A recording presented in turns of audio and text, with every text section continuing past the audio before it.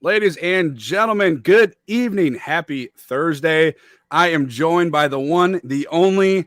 You can find him at Quick Trip. You can find him at the Packers game. You can find him on YouTube, on Facebook, on Twitter.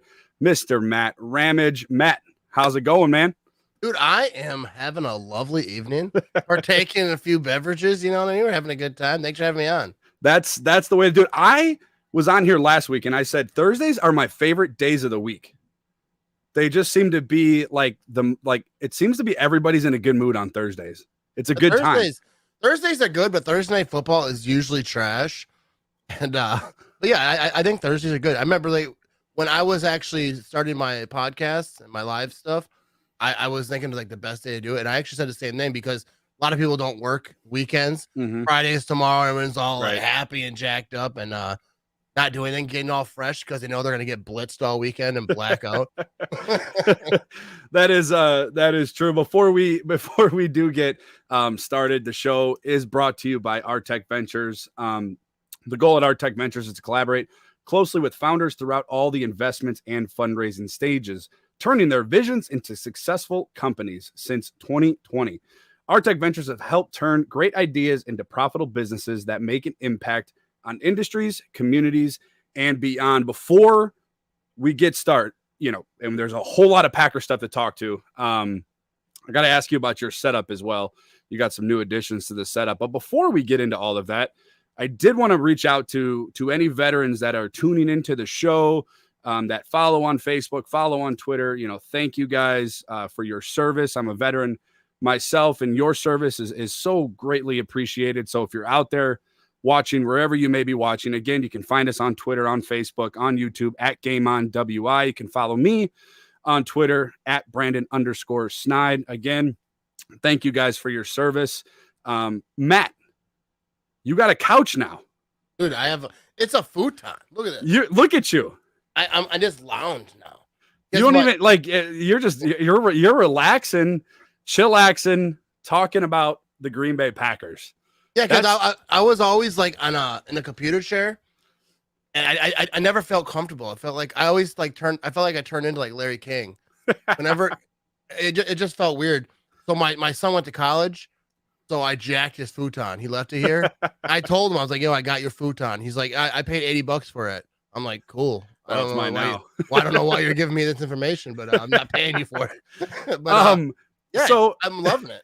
It looks great. I love the Chris Farley picture though in the background. That's probably I love Clinton Dix. Everybody loves HaHa. He's a great person, better person off the field. But the Chris Farley picture in the background is just that's the best thing about that background.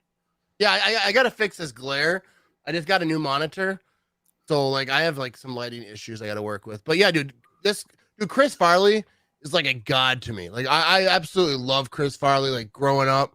Yep. And dude, everyone loves Chris Farley, but being from Wisconsin, that was that dude that I was just I was just so glad he's from Wisconsin. I remember watching him on SNL, and that's always dude, that dude's from Wisconsin, bro. Yep.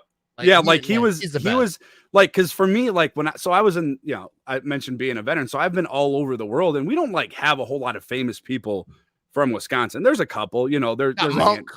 Yeah, I mean, right. There's a couple, there's some, but Chris Farley was one of when you say you're from Wisconsin, you're yeah, so was Chris Farley, MFer, so was Chris Farley. Yeah. He was that dude back in the day. But no, if you guys are tuning in, thank you guys for tuning in to the second episode of Cut the BS. Of course, if you didn't listen to the first show, it's a play on words, a play on initials with my name, Brandon Snide. So there is no BS. There's one rule to the show, man, and I know you're going to support this rule because when we did an Instagram live over the summer with the Bucks, I usually go a show throwing a lot of shade at Chicago. So that's the rule of the show. Whether it's, basketball, baseball. Yeah, that's just what we do. I don't like them. So, but no, so we're going to dive right into it, talking about the Green Bay Packers. Before we talk a little bit about Jordan Love and his career start, I should say, not debut. He played week 1. Odell Beckham Jr. made quite the waves around social media today, and the Packers were involved. Apparently, according to multiple news outlets, multiple media personalities. He was the Green Bay Packers were like the second team on his list. What were your thoughts surrounding the Odell Beckham Jr. news? I know today on Twitter was nuts because he said they initially said he's going to the Rams, and then somebody was like, a couple people were like, no, he's not. He's on the fence, and like so nobody knew for like I don't know 30 minutes, and then finally it came down that he was going to the Rams. What were your thoughts on the Odell Beckham, and did you want him in Green Bay? Yeah, so like when it first went down, like they were talking about like, oh, Odell Beckham and his number one, his destination of choice would be the Packers. I was like, dude, it's not gonna happen. Right. Like, I don't even want to talk about it. Like, it's not gonna happen. But then I like started thinking about it. I'm like, what if it did happen, bro? Like how great? Like, I don't think that he's not like because a lot of people were coming at me hard. Like, he's not Randy Moss in his prime. Or not. He's just like, dude, but just having him like on the opposite side of Devon or however they would have used him, just him being on the field, we're taking a lot off other guys. It would have been great for the offense. So then I started talking about it, and people started getting mad, especially like on Facebook. People were like, we don't want him. He's a cancer in the locker room, this and that. But like, as far as the whole cancer in the locker room thing goes, I don't think it would have been. Not that it matters now, but there's so much leadership in Green Bay. Like Aaron Rodgers, like the same with Brady, like he got Antonio Brown. No one's going to be in there like acting a fool. And not even just Rodgers, but Mercedes Lewis. Oh, yeah. Like even Devontae Adams himself, Randall Cobb. And he's kind of new back, but he's still like a guy that they'll respect. Like there's so many guys in that offense that it just wanted to happen. But I was jacked up for it. I wasn't really like I offered him a gift card from Quick Trip.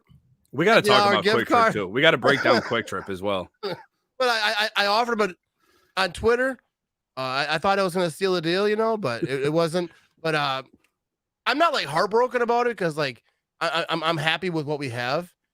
It's kind of like I made a video earlier on YouTube and I said it. I was like, you can have a podcast and record it like with your phone. You can have one monitor, but like if you get a second monitor, which I just got, it's a luxury, and that's life changing. That's what like Odell Beckham would have been. Mm-hmm. It's like it was a luxury. Like we don't need him. I'm pretty happy with our guys that this offense can do it. When Rodgers comes back, they're not going to skip a beat. They're going to do it. This defense is ridiculous. I think the Packers as a team are good. So like they're not. It's not like, oh no, we didn't get them and now we're going to suck. Like you just move forward. Plus, it gave us something to talk about. There was a lot of negativity happening around. Goodness, man. Even with Jordan Love and like everything that happened like with Rodgers. So I was like, dude, I'm going all in because I want to talk about something fun. And it would have been cool. It didn't happen. I don't get his decision to go to the Rams because I think he's like not going to be very like I think in Green Bay he would have had better opportunity to get the ball thrown to him more. But like I don't know if he likes LA more. Who would rather be in LA than Green Bay? I just don't get it. Not me. Not me. Dude. I tweeted that out too. I was like, get Green Bay over LA every day. No debate. Yeah. I'm not sure if that's why. I don't know the reason. He kind of talked about like he wanted to be wooed a little bit because like he was saying like Green Bay didn't seem all in. So like how I took that quote is that like the Rams were like, oh, we're going to do this. We're going to do that. You're going to love it. And everything's going to be all great. We're all going to live happily ever after. And the Packers were kind of like, hey, we'd like to have you. Here's the deal. If you want it, like, come, let's ball. And like, they didn't like woo him enough or whatever. And I don't know. I'm not mad at the Packers for that because like, it is like, this is a Green Bay Packers.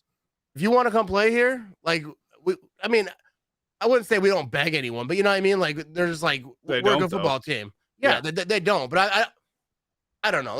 Like a lot of people are mad. Like, well, they should have. Because it's Green Bay, you got to like, try to talk him into like, no, like, dude, it's Aaron Rodgers as the quarterback. Dude, the thing, if he'd have went to Green Bay, he would have had a good opportunity to ball out, sign that 1-year deal, play out this season, maybe win a ring, be in a good situation. Not that he's not in the Rams, that's also a good team. But then next year, he could have, someone would have gave him a nice amount of money because if he behaves this year and shows he still got it and he can do all the things, and I think Aaron Rodgers obviously gives him a better situation than Matthew Stafford, but not to talk crap about Stafford because I actually like him. I think he's a good quarterback, and the Rams are obviously a good football team. But I don't know, maybe I'm just biased, but I think the Packers are a better spot. I would have went to Green Bay if I was him. That's all. I saw more celebratory tweets from Bears fans and Vikings fans that I've seen in decades, to be quite honest with you, that Odell Beckham Jr. didn't sign with the Green Bay Packers, and I thought that was pretty funny. I'm with you for the most part. I wanted him. I really wanted him at like 2 days ago. I really wanted him. And then you got a bunch of reports that came down and they were like, well, he's going to take his time and it might come after Sunday. It might come after the week of games. And I'm like, okay, well now it's kind of whatever. My hopes kind of dwindled from there because I think the Packers' best chance, in my opinion, now I don't have any leads in the front office or anything like that or any friends anywhere. I thought eventually if they were going to get him, it would have had to have been right when he cleared waivers, like right away. If you gave him a couple days, which obviously he got on the phone with Sean McVay, he got on the phone with Jalen Ramsey, on the phone with Von Miller over there in LA, and they obviously convinced him otherwise. But like you said, this is the Green Bay Packers, and a lot of people don't like it. And it's not like it not to come off, but it is a luxury. It is an honor to put on that uniform. Like it means something. And Aaron Rodgers mentioned it actually after they beat Arizona. And they were going into their lawn really before all the drama started. They were going into like a little bit of an short mini bye week. They had the weekend off. And he said, understand with that, how lucky you are to wear that G on your helmet and wear that uniform and what it means. And the people that have come before you, and wore that uniform. So I'm with you. I wanted him. Opposite side of Devontae Adams, you sprinkle in. I thought if you brought in OBJ, you could almost, I know this is going to sound a little bit crazy, but you could almost have slid Alan Lazard to that tight end position in a way, not maybe as, down on, next to the tackle on the line. But I mean, Alan Lazard could do some of the things that Robert Tonyan can do. I think he's a better blocker than Robert Tonyan for sure. And obviously he's a receiver. He can catch the ball. So I did want him. I hate that. There's two things about it. I hate that he went to a team that's contending, that we're going to see in a couple of weeks when the Rams come into Green Bay on the 28th of November.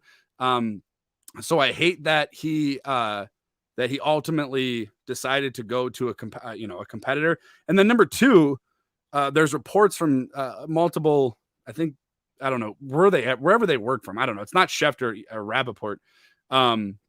Saying that Odell Beckham Jr. said that he didn't feel the Packers were, quote, all in with him, which again, as the offseason that we had in Green Bay as Packer fans, it was the Packers don't do enough for quarterback Aaron Rodgers, and Devontae Adams is unhappy. So now it kind of digs that wound back up. Yeah. And it opens up the floodgates again for what the Packers organization does or does not do. What are your thoughts real quick before we move on? What are your thoughts with this organization?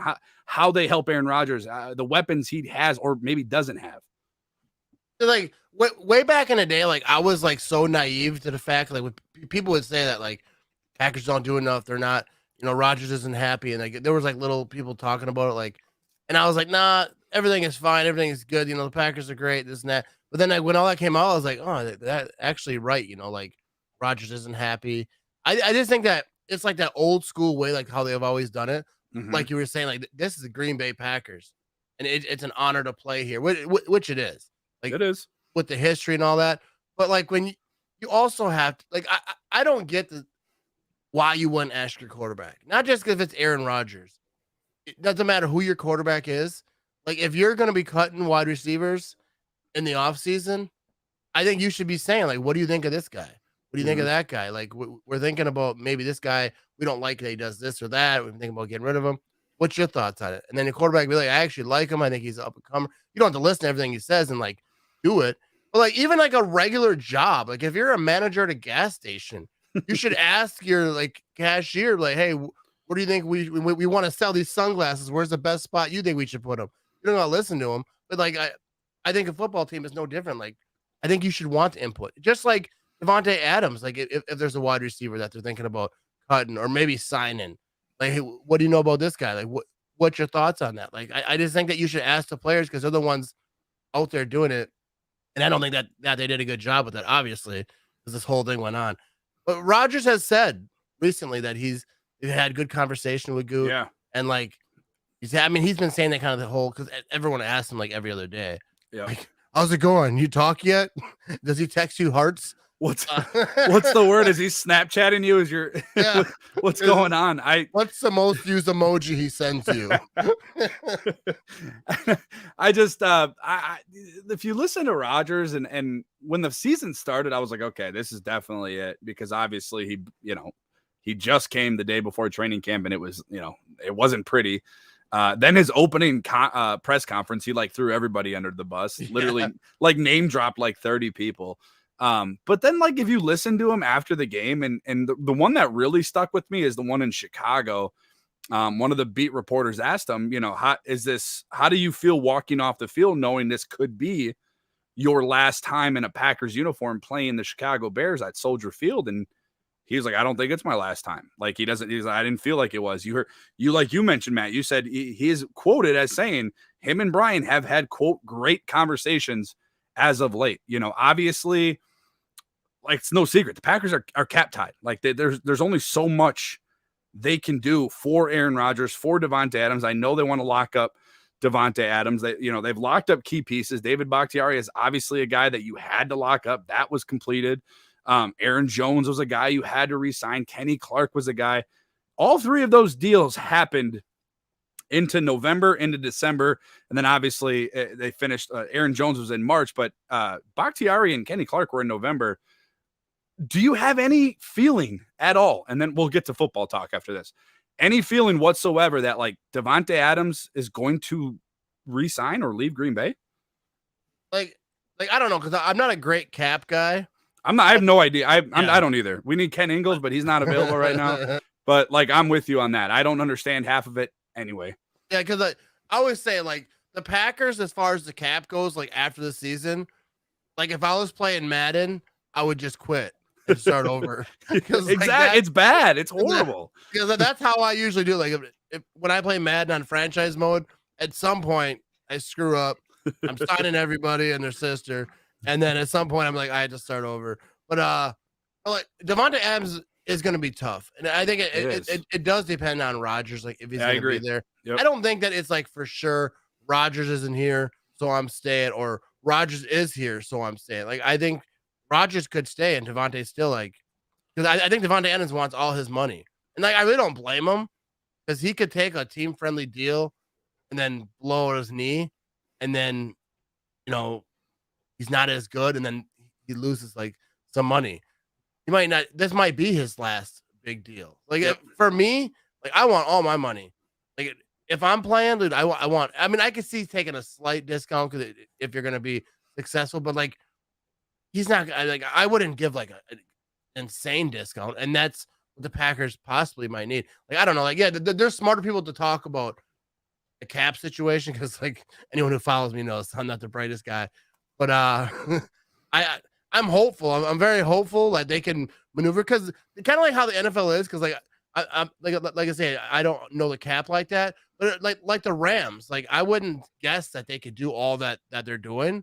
Not really Odell, because I think have no idea cheap. How. Yeah. But like but they're like playing Madden on like they turn the salary cap off. Like so like I think that there's like magic that happens, and that they can make it happen. Like maybe extend certain. I think they extended everyone they can extend already, except for Rodgers. So if Rodgers does stay, he extends like 20 years. They pay him like when my kids like got grandkids, then maybe that they can make it happen. Well, life without Aaron Rodgers was something that we obviously we witnessed a little bit on Sunday. I'm going to start off with you, because I have a lot to say about Jordan Love and his debut, but I definitely want to get your thoughts. Obviously, everybody wanted Jordan Love to go into Kansas City and become the next Joe Montana, but that obviously wasn't the case. Jordan Love did finish 19-34, 190 yards, 1 touchdown, 1 interception. He finished with a 60.5 passer rating.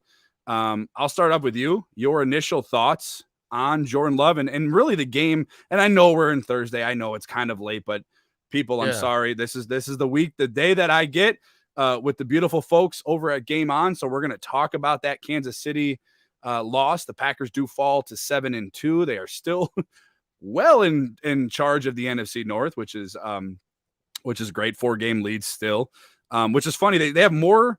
The Packers have more wins than the rest of the division does combined. So it tells you that loss against Kansas City, although you obviously want to win every game, doesn't really mean a whole lot, and it is what it is. But your thoughts on the game in general, and then if you want to specify a little bit on your thoughts on how Jordan Love did. All right. First of all, like as far as like the game goes, and then I'll jump into Jordan Love. Yep. Like run the damn ball. Yeah. Seriously. 20 attempts? Yeah. Like I fully believe that if they had ran the ball, just kept running the ball, they'd have won that game. Like it was working. It was good. And they would have worn him down even more. Yep. I feel like, and not just because like I don't believe in Jordan Love, because like a lot of people are saying that, well, you just don't believe. Like, no, it's his first start. That's right. How you help. Like, there's like, where's the screens at? Where's like all the, and the offensive line didn't play up to par. Oh God, no. They really didn't help him out. But like, I think people had crazy too big expectations. Mm-hmm. People are like, well, he's not a rookie. Well, it's still his first start. Like, you could sit me on the sidelines watching Rodgers for 20 years. I'm never going to be able to play quarterback. Exactly. Like, and even if I did, that's a bad example because there's no situation where I'd ever end up being good. But all quarterbacks struggle. Like Peyton Manning struggled. Like, you can go through a list. Troy Aikman, who was had a lot of opinions about Jordan Love, but Troy Aikman's first start, I don't know the numbers, but they were very, very bad. I saw people posting about it. Like, I didn't expect him to play like great. I didn't expect him to play terrible. I'm not sure like what I expected exactly, but I don't think he played terrible. If the special teams doesn't play like absolute crap, there's a chance they're in it. I'm not giving like Jordan Love like a complete pass and be like, everyone's like, oh, you're just always positive and you never want to say anything bad. But like, I don't know how you trash a guy like on his first start. Like Justin Fields, Bears fans have a lot to say about Jordan Love. Of course they do. I just show the stats of Justin Fields. Yeah. Which, and I don't even hate Justin Fields.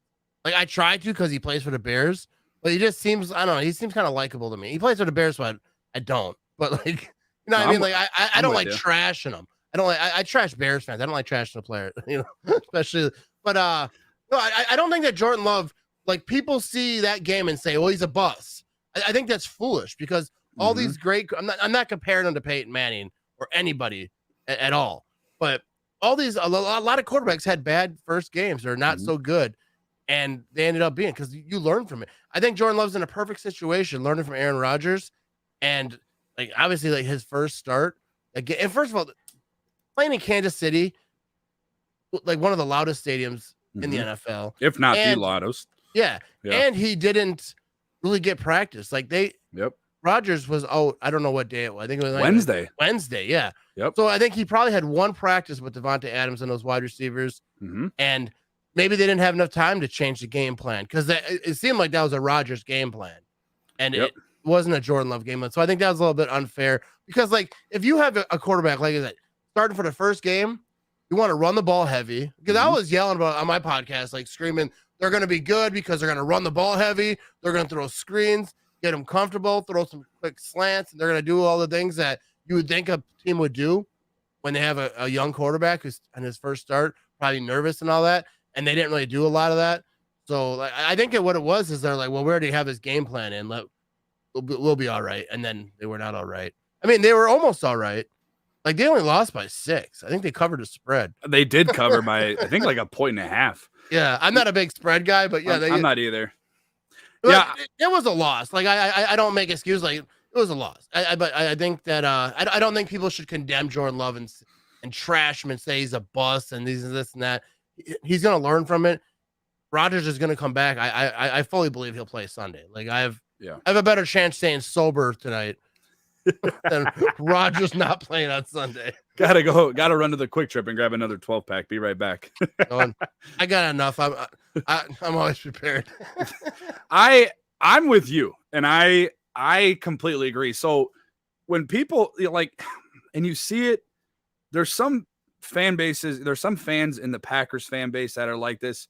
You see it a lot in like other fan bases, and I'm gonna pick on Chicago just because I don't like them. They suck, and they're dealing with a rookie quarterback. So when Justin Fields struggles or has struggled, now he played decent on Monday night against the Steelers with another loss, but Like you heard Bears fans say it's okay. He needs reps, he needs snaps, he needs the experience, and they're not wrong. Like that is factual. What you are saying as Bears fans, believe it or not, is the truth. Like that is true. When Jordan Love goes out there and he gets his first start ever. Now, let's back it up a little bit. Justin Fields was drafted this year. He had rookie OTAs. He had rookie minicamp. He had team mini camps. He had a full training camp. Last year, at this time, or not this time, but at training camp when Jordan Love was drafted, he had none of that. None. Like, I think people forget we went through like a pandemic where we were lucky enough to have football, to be honest. And Jordan Love didn't have any of that. And yeah, he did sit behind Aaron Rodgers for a year. Great. So he knows the playbook. Okay. And that means nothing. Like, I could study to be a doctor. I don't know what the hell I'm doing when I go do it. Like, it doesn't mean anything. Like, you need to go and do it, get experience from doing it, and then you learn from it. And I think that's what Jordan Love. So yeah, Matt, you're absolutely right. When people had, these thoughts in their brain already formalized to be like, well, if he doesn't have 300 yards and 4 touchdowns, he's been sitting behind Rodgers for so many years already. I need to see it all, or he's a bust. Like, that's just not how it works. Like, it's just, especially in this offense, like Matt LaFleur's system is complicated. It's great. I love it. Aaron Rodgers loves it. He won an MVP. Aaron Rodgers struggled his first year in this system. 25 touchdowns to 4 interceptions. He admitted there was a lot of verbiage. There's a lot of language. There's a lot of layers to the offense. And now you throw in Monday and Tuesday of that week. You're game planning for Aaron Rodgers versus Patrick Mahomes, the Packers, that is. Monday's an install, Monday's game plan. So they usually come up with like a game plan, how they're going to attack them, what they're going to do, how they're going to do it, whatever. Tuesday, they install it. So they do it. Like, they put it from paper to practice field. And then Wednesday is your first day of practice. They just found out Jordan Love was starting on Wednesday. They had to redo everything. Like, they had to do everything. I'm not sure that they actually redid anything. They might not have. Matt LaFleur said they did, but I don't think they did either. Yeah, I think they might have just changed some stuff, but I'm not sure that they can. Maybe in that situation, because I'm not an NFL coach. That might be a lot of work, like it's got to be. Because they work like 16-hour days, probably more than that sometimes. So they might have been like, we can't. We can tweak some things, but this is kind of like what we got to go with. And Jordan Love wasn't, first of all, like, with the pressure he had, like, anyone to expect a young quarterback, a lot of veterans, even Rodgers, Brady struggles with pressure in their face. Mm-hmm. A guy in his first start, like, I'm sure that came quick. Like, he was like, dude, they're all over me. Like, it's bad. Like, it was. I mean, I do live like during the games, and it's great. I watched it. Yeah, I love it. Yeah. The Preston Smith jersey, you guys start wearing it. They win more when you wear that one. Yeah, they do. Yeah, he actually told me that. But I remember, like, people were saying he has no words, because I was like, as it was happening, I was just like froze. I was like, I don't even know what to say. Like, this is it's horrible, and just the mistakes. Like, all over. Like, my biggest pet peeve is mistakes, like free touchdowns, like the NFC Championship game that before half, like that type of stuff. Any kick return or special teams touchdown at all, or even crazy amount of yards, just drives me nuts, because like it's hard to win in the NFL, especially when you have a first-time starter, even any young quarterback. Like, you cannot have special teams blunders. You can't have. Like, I get missed field goals because nobody's perfect. Like, Crosby's going to miss every there. But, like, having 2, and that's not to drag Crosby, because I don't think people realize the holding situation, I don't think, was there. I'm not no kicker expert, but I seen that the laces were slightly out. I've watched I watched Ace Ventura. I know the rules. But, little Ray Finkel action happened there. So, like, but just those mistakes, and then like the block, I don't even know what happened with that block field goal. But then, the special teams is driving me nuts.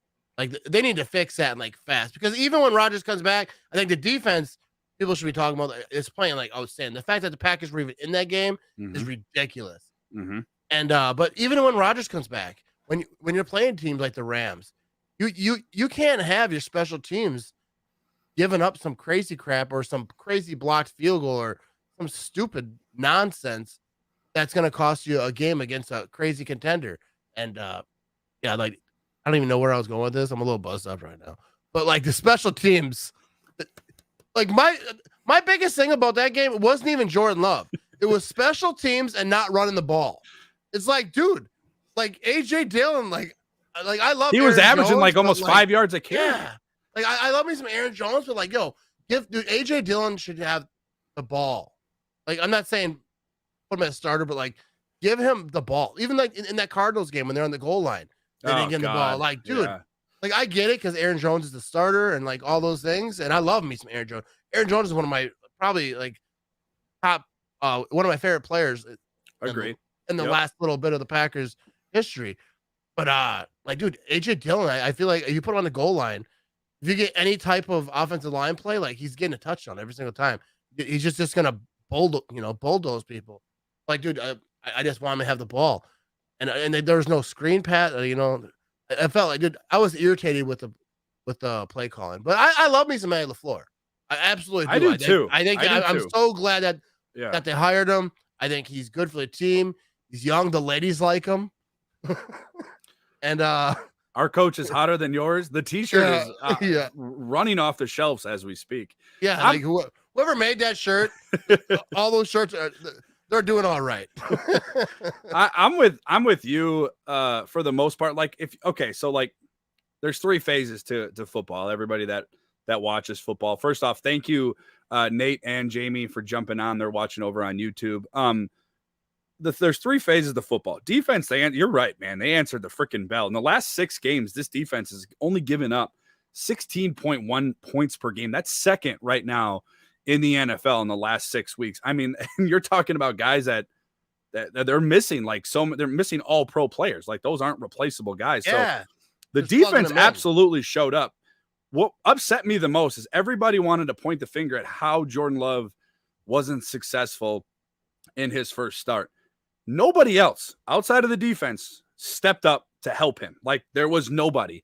You're talking about Matt LaFleur let him down, and in my opinion, with the game planning, AJ Dillon was slashing, as my guy Nate is dropping on here. Slashing through the Chiefs defense, could not be stopped. You go away from the run game. You're going with empty backfield, with Jordan Love. That's you're telling the Chiefs exactly what you're doing. Yeah. They're bringing 6 or 7 guys every third down or second and long. You're not giving him any help. You're giving him 5 to 7 drop back passes. Like he's getting the ball and getting hit. Like as he's getting the ball, like the offensive line was atrocious. That the Chiefs generated, according to PFF. I don't know how much stock people put in to PFF. I personally kind of like them. They generated 28 pressures on Jordan Love. Like, yeah, I love Aaron Rodgers. I love Matthew Stafford. I love Tom Brady. Like, they're not going to be successful getting. Dude, I wonder though. I wonder because, like how the offensive line seemed to be pretty good this year. It has been. It felt like Sunday was just a bad game for them. Yeah, like was it a bad game, or does Rodgers make them look better? Does Rodgers make checks and help them? Yeah, that's fair. Jordan Love couldn't. Like, I don't know, because I know the quarterback yells a lot of stuff. I don't know if he's telling. I assume. You make a good point. Yeah, you make a good point. I think the center does a lot of that too, where they check stuff. But I'm assuming the quarterback helps out a little bit. But like I don't get it, because like exactly what happened with that. But yeah. But Jordan Love was like, there's a lot of time he snapped the ball. Like, you were like, oh, that guy was open. Yo, yeah, but Jordan Love great. had a guy running 32 miles an hour at him. And like the special teams too, like you said it, like there was actual a chance. Like I know it sounds crazy. Like I know it's crazy, and it may not have happened. Patrick Mahomes may have went down. If the special teams has a clean game, like the Packers ultimately could have won that game. They left 9 points on that board. Yeah, obviously, if they had a perfect game, special teams, which should happen normally, of the time. You would think. I mean, it has here or there. Like obviously, there's missed field goals every now and again. Right. No kicker's perfect, but like even kickers, most games they are perfect. Like they miss some, but most games are perfect. So if that special teams doesn't miss a kick, doesn't have any just crazy stupid crap, Like they're right there. Like it's definitely a different situation come the end of the game, and they would have had a shot. And I think people would have thought differently. That's what's wild about football. Because like think about this, like Aaron Rodgers in the playoffs. A lot of the haters say, "Oh, you can't get it done." Like back in like whatever in the last 10 years or whatever. But a lot of those games, Rodgers was like, go down fourth quarter drive, scored a potentially winning touchdown, and the defense gives it up. But like it's like everyone talking about the game come Monday didn't watch it. They just saw the Packers lost a nail biter, so then they trash them, and it's just stupid. Like if Jordan Love, let me start out. I'm a little buzzed. Oh, dude, I'm buzzing more than I thought. But the special keep going, teams, baby, keep going. If the special teams doesn't screw up and they go down there, even if they don't win the game, but Jordan Love has a spot, like maybe he has a drive, maybe they don't even win, but people are like, okay, he has potential. But because that special teams played like crap, they don't even have that shot. The same thing with like with Rodgers, like they'll trash like, oh, he couldn't win the big game, even though he did his part, 3 touchdowns, 350 yards, and even the winning drive, but the defense, how the defense had been like whatever 5, 6, 7, 8 years ago. They just let a team like 3 plays go and get a touchdown after Rodgers did his job, and then they'll trash Rodgers the whole next week. So like it's so, I don't know, it's stupid like how people judge all that. You know what I mean? Yeah, I'm a professional podcaster, people. Yeah, I'm like so all over the place. No, you're like what you're saying though. Like you're not wrong. And Nate drops in here a comment. He's over on YouTube again. Make sure you, Nate, if you guys are not subscribed to Game On Wisconsin on YouTube, you better hit that subscribe button. He drops in, says Royce Newman was horrible. I tweeted out, and I don't wish this upon, like, I don't want anybody to lose their job or be cut, but I said, and I'm paraphrasing myself, I said, find the bench, Royce Newman, because he's been horrible the last few weeks. Honestly, I mean, he's been pretty bad. Even when Rodgers was in there a couple weeks ago, Royce Newman went completely to the wrong side and let I forgot the player's name, slipping out of my head, but right in for a sack, just kind of, I think it was against the Cardinals, might have been a week before that. But the offensive line they let Jordan Love down, and that's what bothers me so much is like, you guys, like, yeah, Jordan Love could have played better. He could have had some throws. Sure. Give him a little bit of time. Yeah, like, and no one will ever remember that. No, no one will always remember. They'll look, look, he only completed 19 out of 34 passes. Yeah. He's a bust. No, he had 2 days of practice, one of them with Davante Adams, because Davante Adams was coming off the reserve COVID-19 list as well. So he he practiced 1 day with Davante Adams. The whole team outside of the defense, and shout out to the defense, shout out to Joe Barry. A bunch of us, including myself, could be wrong about that hire because I had a lot to say. I was not wrong. You like the Joe Barry hire? No, I didn't make an opinion because I knew I'm an idiot. I don't know. So if you didn't make one, so you're cleared. You're good. Yeah. No, I was asking other people like, is that good? People are asking me like, hey, is that a good hire? I was like, I watched Andy Herman. Well, so I'll get back to you. Yeah, like watch the smart people because like I have no idea who most of the people that they hire are until they hire them. Like you hear the names, but like I'm not a defensive coordinator expert around the league. I think I think going forward with this team, obviously you wanted to win. Winning in Arizona kind of gave you a free game, so to speak, especially when your division sucks. Like for me, I always say like, oh, I don't really care about the game. I just want to, I want to enjoy it. Like Sunday I went in, I said, all I wanted to see was progression out of Jordan Love. That's all I needed to see. I need to see him make a couple throws. I thought he did that. I thought he made that touchdown to Allen Lazard. Nobody's talking about it, and that's fine. Yeah. He had a guy in his face, and it was 4th and 5, and he made a throw. And people are like, well, Allen Lazard made the touchdown. He ducked still a first down, even if he goes out of bounds or gets tackled. That's a big throw. Like that's a type of throw that I want to see in the fourth quarter. Yeah. And if you make, Matt, if we're talking about, here's what we're talking about. If you make those 2 field goals, or if you make the first one and don't get the second one blocked, you're talking about Jordan Love making a 4th quarter drive to tie the game late in the game. Like that's major. And that completely changes the narrative surrounding Jordan Love. And that's all you're hearing about is that he's this or he's that. And nobody knows. We're not going to know for maybe a year. I don't know. Yeah, we'll see what happens. Time. we'll Yeah, see. no But matter what happens, I got a fruit fly flying. I got in one this too, room. actually. I got one in this room. I got beer cans I got to clean up. But yeah, but I don't think we'll like actually know what Jordan Love is, no matter what happens. No matter if Rodgers leaves and he comes in next year, or if they trade Jordan Love, which I don't really think is going to happen. But I'm saying like all the scenarios that could happen, we still won't know, right? For quite a while. Because and if you're a Packer fan, like this is just a little PSA for myself. Why, like, just root for your players. I don't understand why everybody wants to root. I don't understand why everybody wants to root for his failures. Or I told you so. I knew he was going to be a bust. People love so much to say "I told you so." Dude, I got dudes at work like comment on all my Facebook stuff.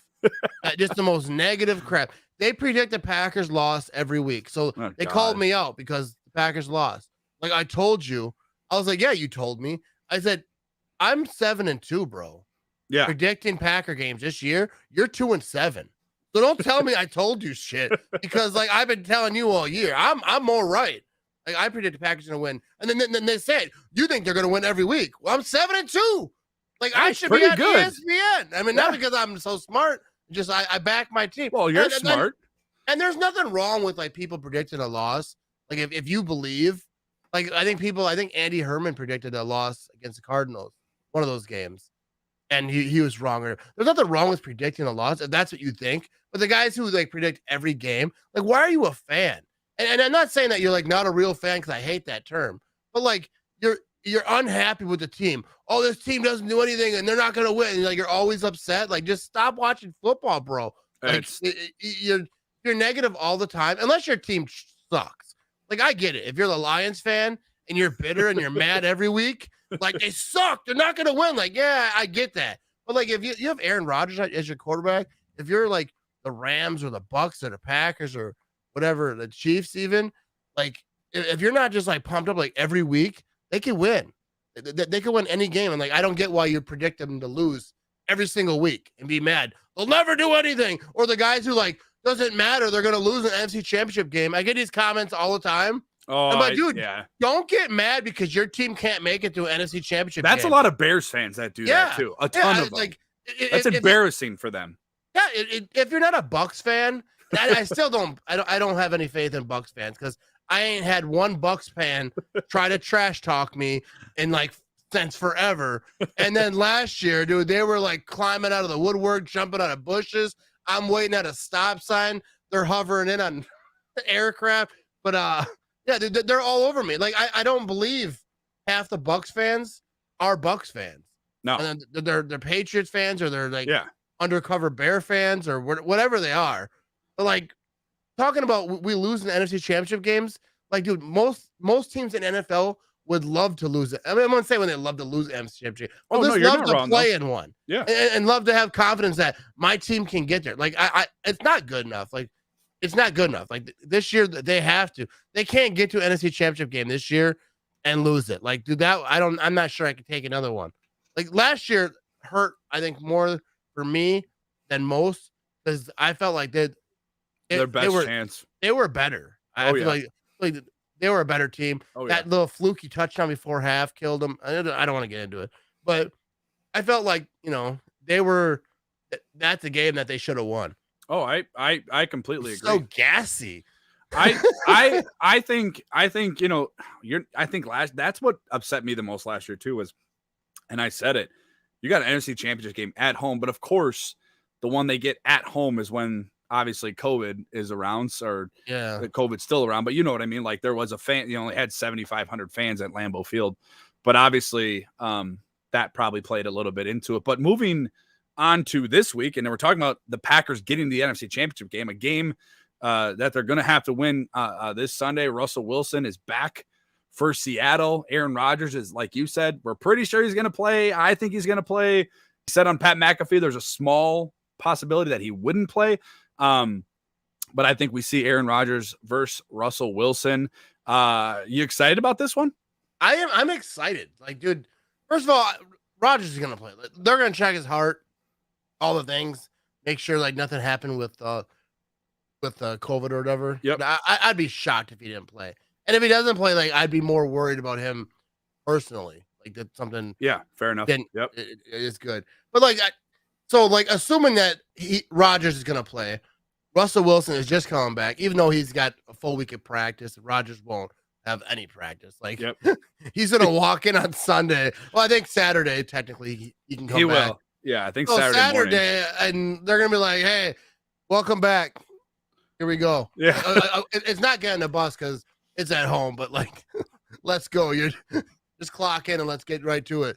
But Russell Wilson's come back. He's been off for a while, so I think he's going to be rusty. I don't care who you are. I feel like if you missed like 3-4 weeks, I don't know exactly what he missed. This will be, I think, he missed 4 or 5 weeks. Yeah, so something like that. I don't think he's gonna be horrible, but I think it might take him a quarter, to get going. Hopefully, and I like Russell Wilson. Went to Wisconsin, all those things, but like we have history, and I don't like all the history that is there. So like the Packers beating the Seahawks brings joy to my heart. Like I don't like the Seahawks at all. I don't. And but I think it's gonna be great. The Packers Seahawks games are always great, and just I think the hype for the Packer fans, it's at home. Like Corey Benke, I saw him on Packer Transplant talk about this feels like the first like post COVID, it like I could see that, yeah, like how it's just like the middle of the season and it kind of feels like everyone. I don't know exactly what he meant, but like I do feel like down by the Lambeau Field is just going to be crazy. Like I feel like every home game is crazier than the next after COVID, and or after like not having fans in the stand. And I feel like that stadium is going to be rocking. Rodgers is back. A lot of people were stressing about losing a game. Rodgers is back. I think that stadium's going to be lit. I think that they're going to win, but I haven't predicted a loss yet in like the last 5 years. So even last year when the Packers played the Bucs the first time, I guaranteed a victory. Like it started off good. Yeah. So then they lost, and everyone was talking trash. Bucs fans coming at me. So then they play them again in an NFC Championship game, and they're like, "I bet you're not so cocky now, gonna predict a victory." I'm like, "Yeah, I am. Guarantee it. They're gonna win this game," and they lost again. But I don't predict losses, but I think that dude, I love this Packers team. I think the Packers, like I've said it a couple weeks ago, like when they beat the Cardinals. Packers are the best team in the NFL. I still believe it. I think it's the Rams are closing in. Keep adding guys. Like, they're good. But I still have full confidence that the Packers can beat any team in the NFL. I'm not saying that they will beat, win out or whatever, but I'm saying that they can. Like, if the Packers play Packers football, run the ball, especially with Aaron Rodgers back. That defense, dude, I'm so excited about this Packers defense. I'm not sure I've ever been more excited about a Packers defense like since like 2010-ish or whatever. And I'm not even sure I was that excited then or if it was after I realized, well, that was a damn good defense. I'm not even sure that year I knew. Like, I just feel like this defense makes me get up in the morning. I wake up in the morning, I'm like, man, Rashawn Gary. Your piss is hot, right? Yeah. Yeah, dude. I wake up in the morning and say, thank you, Rashawn Gary, for being a Green Bay Packer. I know Jacob's gonna love that one. I'm with you. Like this is and Devontae Adams was quoted as saying, I think it was yesterday. He said it feels like a divisional game when they play the Seahawks. They play them all the time. Like it's finally nice to see some home games on the schedule. I feel like the Packers have been on the road like every other week. It seems like, and I don't know the schedule off the top of my head, but they've definitely had more road games than they have home games. So it's exciting to get back in the Lambeau. I was at the Steelers game. It was a ton of fun, lots of energy. That was the loudest game I've ever been to at Lambeau Field. It was super loud that day. And I don't, it's the only game I've been to, so I can't say it was louder than this game or that game, but you're right. Like the crowd, it does feel like a party.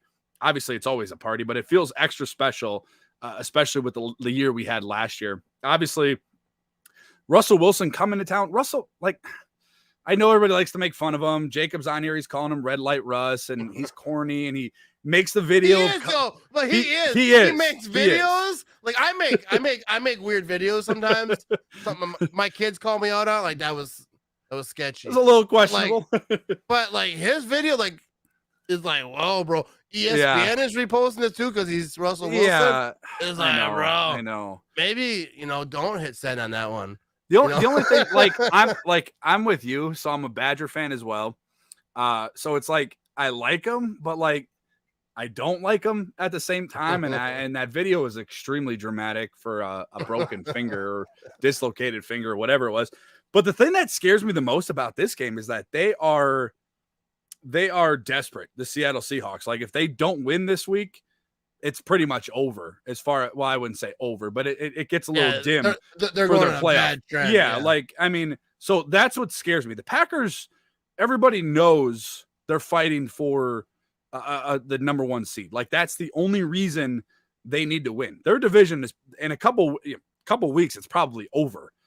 Barring a winning streak for Chicago or Minnesota, which I don't foresee happening, especially with the Dalvin Cook news that's possibly coming out. Obviously, the Rams are a top team. Obviously, the Tampa Bay Buccaneers. You could throw in the Dallas Cowboys as well. Like the NFC is super top heavy, but Seattle's one of those teams, in my opinion, that can be really good and they can be dangerous because look at the offensive side of the ball. They don't run the ball like they used to, but those outside receivers that they have, like DK Metcalf and Tyler Lockett, that's scary. And then you add in with Russell Wilson and a team that really is desperate. Like if they don't win Sunday, they fall to 3-6. They're definitely not going to win their division. They're not close in their division right now. They're in third place. Obviously, Arizona and the Rams have taken a step or two above them, especially the Rams, obviously, with the OBJ news. But, like, that's what scares me is, like, Seattle's desperate, and you're getting Russell Wilson back. What does that do for that offense? Does it rejuvenate them? Maybe, maybe not. Like you said, probably a little bit rusty. We haven't had Aaron Rodgers in 10 days either. Like, that first quarter is going to probably be a little stressful, as far as Packer fans, because he's going to be a little off. Obviously he's got the time with the receivers throughout the year and obviously last year and years down the road. I just think that maybe getting David Bakhtiari back will be something this offense needs. I don't know if he's going to play Sunday. Obviously they reactivated him onto the active roster. That'd be great. If he played, I'd be fine if he doesn't play either way. But the offensive line, going forward should be back intact for hopefully the foreseeable future, getting Josh Myers back. You said you are 7-2. So I'm going to put the pressure on Mr. Matt Ramage. I'm putting the pressure on you to predict this score. Now it's an important game. Obviously you got to maintain with the top of the NFC teams. Obviously you probably have your division handled, but if you lose it, if you get down like 1 or 2 games going into like week 11, 12, it's going to become kind of hard to get that top spot in the NFC. But if you had to predict a score, Mr. Ramage, what are we going for? Packers, Seahawks. All right. I will say, I make so many score predictions and a lot of them are all different. I just go off the top of my head, but I'm going to say 27-14. But here's why. I think I can see Aaron Rodgers coming out, assuming he plays, which I think he will. And he's just gonna be like all the stuff that he's been through, like a lot of, which I'm not gonna get into all that, but like just the time that he was off, I'm sure he was watching, reading, and doing all the things. He's just gonna go up and just want to light it up, right or wrong. He's just gonna want to light it up. He's gonna come to play. I think the team is gonna want to play for him, want him to have a good showing, and they want to win it. The Seahawks, but the Seahawks are gonna come, like you said. They have a lot right on it. Because, like, if the Seahawks don't win this game, I think their season is over. Yeah. Because of their division and the fact that Russell Wilson's back. So they're going to be all jacked up. They'll be like, oh, Russell Wilson's back, man. It adds, it adds some juice. Here we go. Lambeau Field, Russell Wilson's back. We're going to destroy. And then if they lose, it kind of is like, it's kind of like the guy showing up to the party. Everyone runs out of alcohol. But the guy runs up, I got the beer, bro. Everyone's like, party ain't over yet. We got the beer. And then he falls down the steps and spills all the beer. And you're like, that party's over, bro. Everyone's leaving. And that's kind of what the Seahawks season will be. If they lose, someone spilled all the beer. But I think the Packers, I think the Packers defense, like I said, I think it's fantastic. I think they're going to win. And I think I'm gonna talk a lot of trash after that game. Probably before it too. I always do. Yeah, yeah. I'm gonna talk my shit. I watch a lot of ESPN. I watch a lot of, well, I shouldn't say a lot of ESPN. I watch a lot of TV focused around sports. I listen to a lot of experts. Love Packer guys. Experts? Yeah, I love. I may have never in my entire life heard a better analogy than you just gave with the guy showing up to a party with the beer. That like literally made my night. That was one of the best analogies, and I'm absolutely going to use it next time I talk about this game to somebody. That was the perfect analogy for the Seahawks getting Russell Wilson back, and if they're going to win, and can they win, and then obviously falls down the stairs. So we'll see. I'm you said 27-14. I haven't really even thought about it a whole lot. My fear, and I'm kind of, Jamie, she's over on YouTube. I'm kind of with her a little bit. You're going to probably see a lot of 3 and outs until the second half. It's going to get frustrating probably. Obviously you think that they're going to lean on the run game. At least what we thought they were going to do that against Kansas City. So I guess we don't really know. I'm going to go 28-24 Green Bay. I think it's a little bit closer of a game. I think you're going to see Seattle with, they're going to go for 4th downs.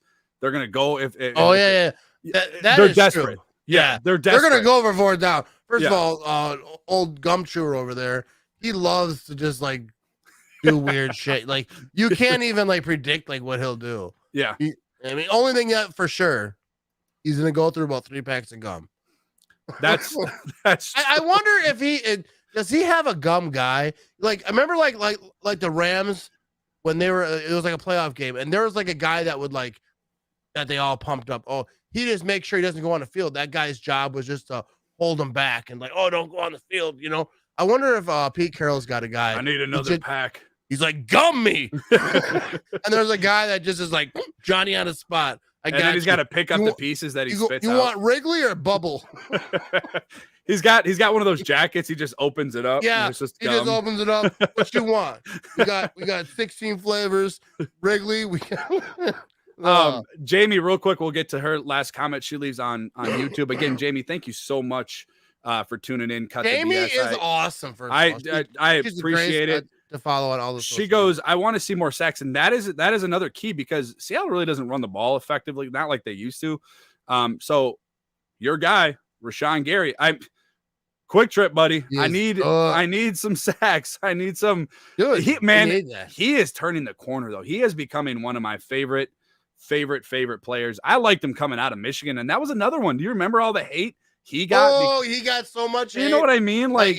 Dude, I'll say it's because I got to spend a little bit of time with Rashawn Gary when I talk about that. Yeah, go for it. I want to hear.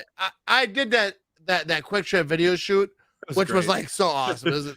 It was actually cool, like being at Lambeau Field. Yeah, like when nobody else was there. Yeah, like I've been on tours where it's like kind of, but it was just kind of like we were just kind of like doing our thing, going in like different places to do the video, but I got a chance to like talk to Rashawn Gary a little bit, and like he's so dialed in.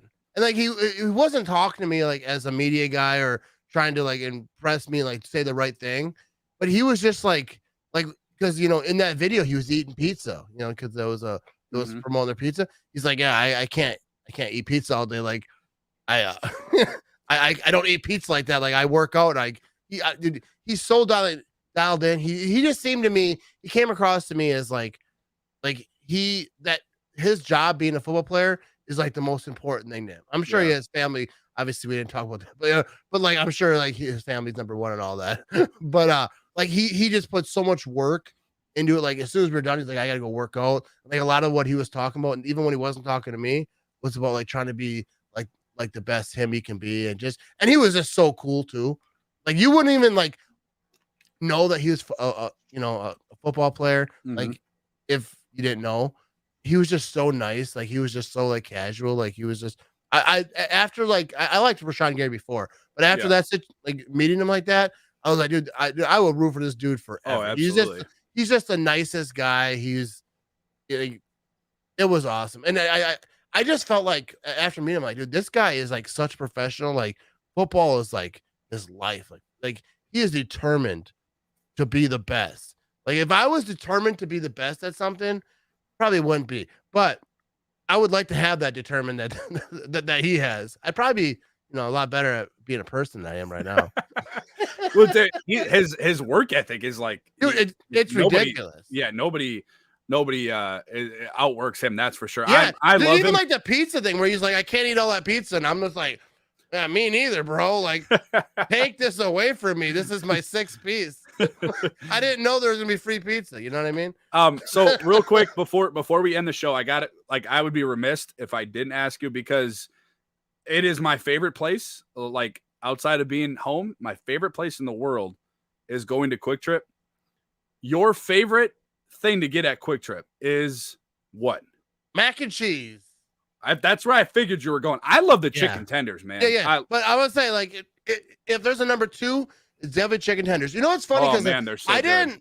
I never had the chicken tenders, right? And there's a time, like, that it came out and they had the chicken tenders, they had the chicken things.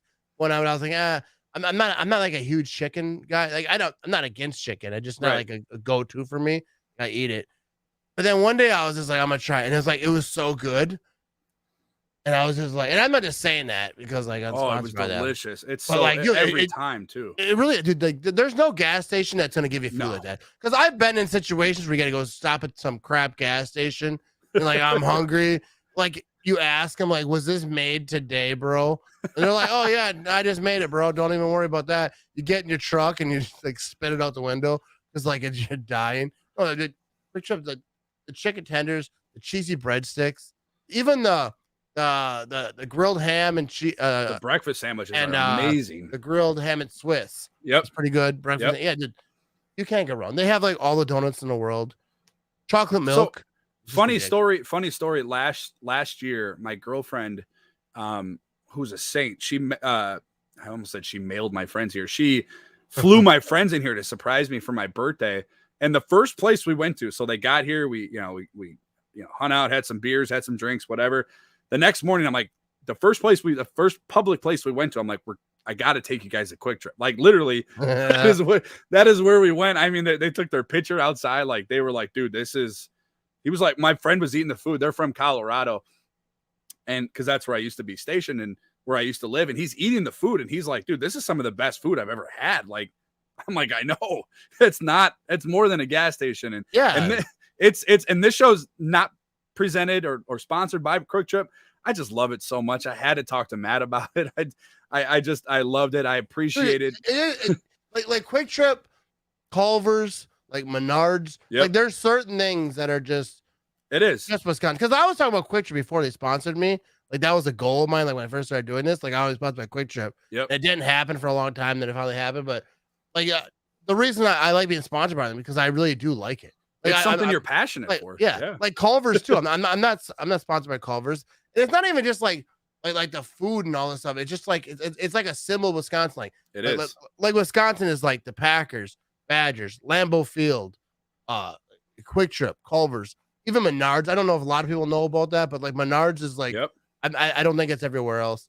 It's not. Nope. It's not. Yep. There's just like certain things that are just it's just Wisconsin. It's amazing, and Wisconsin is Charlie Barron's.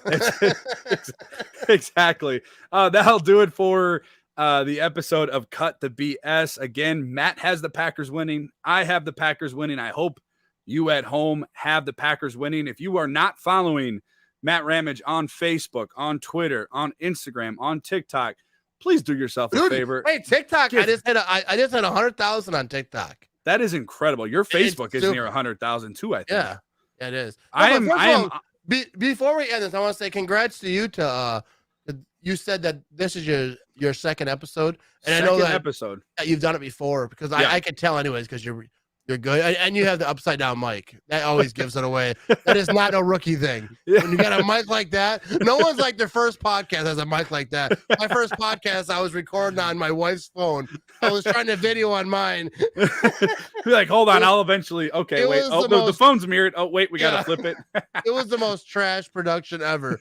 But no, if you guys are not following Matt, please do yourself a favor. You do watch parties during Packer games. You obviously go live every week. You have some of the most hilarious TikToks I've never had a TikTok. I go through the Facebook thing now, so I can watch some of them, and I get stuck for like an hour at a time just watching. I've learned some stuff actually too, believe it or not. TikTok will teach you some stuff. Dude, I'm watching TikTok. Next thing you know, like I think I learned some. I can fix that hole in the wall. Exactly. That's how I was. I was like, oh, wait a minute. This is this. And then I like go back and watch it, and I'm doing it as I'm watching. I'm like, this is working. Dude, this no is working. No one will learn anything from my TikToks. Just so you know, you will learn nothing. You will definitely get a laugh though. You will definitely get a laugh though. And Matt, thank you so much. I appreciate that. Me. Another episode of Cut the BS. Again, as the banner says, all sports, all Wisconsin, no BS. Follow Matt on Facebook, on Twitter, on Instagram, wherever you have social media, at Matt Ramage. You can follow myself if you do choose to, at Brandon_Snide. And don't forget to follow Game On Wisconsin on YouTube, on Facebook, on Instagram, on Twitter, at Game On WI. Matt, until next time, man, thank you for jumping on. I appreciate it. Hey, go Pack Go. Go Pack Go.